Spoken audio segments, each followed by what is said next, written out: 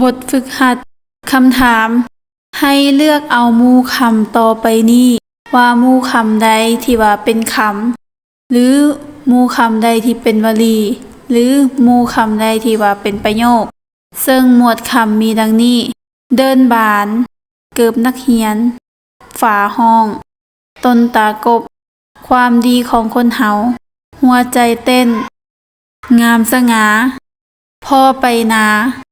เดือดร้อนฝนตกหนักกระดานเปิดปองเยี่ยม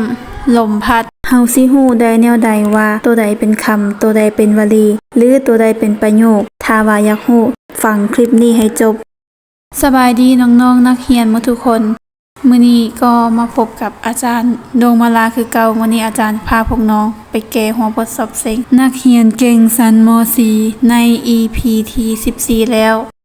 สำหรับผู้ใดที่ว่าเข้ามาเบิ่งเข้ามาชมเข้ามาฟัง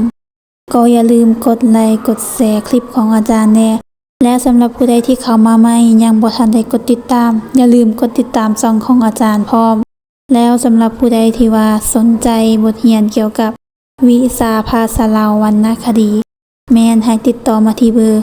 02078716175บัดนี้เฮามาเข้าสู่การแก้บทฝึกหัดของเฮาตัวนี้เนาะเพิ่นให้คำถามมาว่าให้เฮาเลือกหมวดคำเนาะ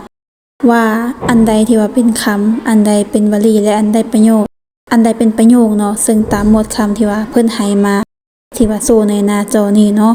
คือความหมายของคำวลีและประโยคอาจารย์ได้อธิบายไปแล้วในคลิปก่อนเนาะซึ่งว่าอยู่ใน EP ที่สำใดอาจารย์ก็ลืมเนาะแต่ว่าอาจารย์ได้ให้ไปแล้ววันนี้เฮามาเบิ่งคำก่อนเนาะซึ่งคำตัวนี้เพิ่นบ่ได้แยกว่าสิเป็นคำอีหยังก็แล้วแต่เนาะเพิ่นว่าแต่ว่าหมวดที่ว่าเป็นคำดังนั้นคำว่าเดินบานตัวนี้เนาะเดินบานเป็นคำอาจจะเป็นคำผสมว่าเป็นอีหยังก็แล้วแต่ต่อไปเนาะก็คือคำว่างามสง่าเนาะงามสง่าอันนี้ก็เป็นคำคือกันเป็นคำหนึ่งที่ว่ามี3พยางค์ต่อไปคำว่ากระดานเป็นคำหนึ่งที่ว่ามี2พยางค์และสุดท้ายเป็นคำว่าเดือดร้อนเนาะเป็นคำหนึ่งที่ว่ามี2พยางค์วันนี้ต่อไปเฮามาเบิ่งวลีเนาะวลีอาจารย์เคยแจ้งไปแล้วว่า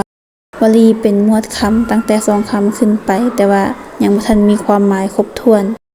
ซึ่งมีคำว่าเกิบนักเรียนเนาะเกิบนักเรียนนี่ก็เป็นวลีเห็นบ่ถ้าว่าเฮาสิว่าแบบเกิบของครูอาจารย์ก็ได้แต่ว่านี่เป็นเกิบของนักเรียน2มันคำว่าต้นตากบ3ความดีของคนเฮาและคำว่าเปิดปองเยี่ยมเนาะอันนี้จะเป็นกรรมวลีเนาะเห็นว่ามันมีคำว่าเปิดอยู่ทางหน้าต่อไปคำว่าประโยคเนาะประโยคแม่นข้อความหรือว่าคำเว้าตอนหนึ่งที่มีเนื้อในสมบูรณ์ครบถ้วนซึ่งหมวดคำดังกล่าวก็มีคำว่าฟ้าห้องเนาะฟ้าห้องเป็นประโยค2ภาคส่วนต่อไปคำว่าหัวใจเต้นก็เป็นประโยค2ภาคส่วนคือกันและต่อไปมันคำว่าพ่อไปนาเนาะพ่อไปนาตัวนี้จะเป็นประโยค3ภาคส่วนส่วนพยางค์หัวประโยค2ภาคส่วนหรือว่า3ภาคส่วนเป็นประโยคแนวใดแม่นให้ไปเบิ่งคืนที่คลิปเก่าอาจารย์เคยลงไปแล้วเนาะต่อไปคำว่าฝนตกหนักอันนี้ก็เป็นประโยค2ภาคส่วนคือกันและคำสุดท้ายแม่นคำว่าลมพัดเป็นประโยค2ภาคส่วนนั่นก็เป็นการแยกหมู่คำวลีและประโยคสำหรับผู้ใดที่ว่าอยากแลกเปลี่ยนหรือว่าอยากถามอย่างแม่นสามารถคอมเมนต์ได้ที่ใต้คลิปแล้วพบกันใหม่ในคลิปต่อไป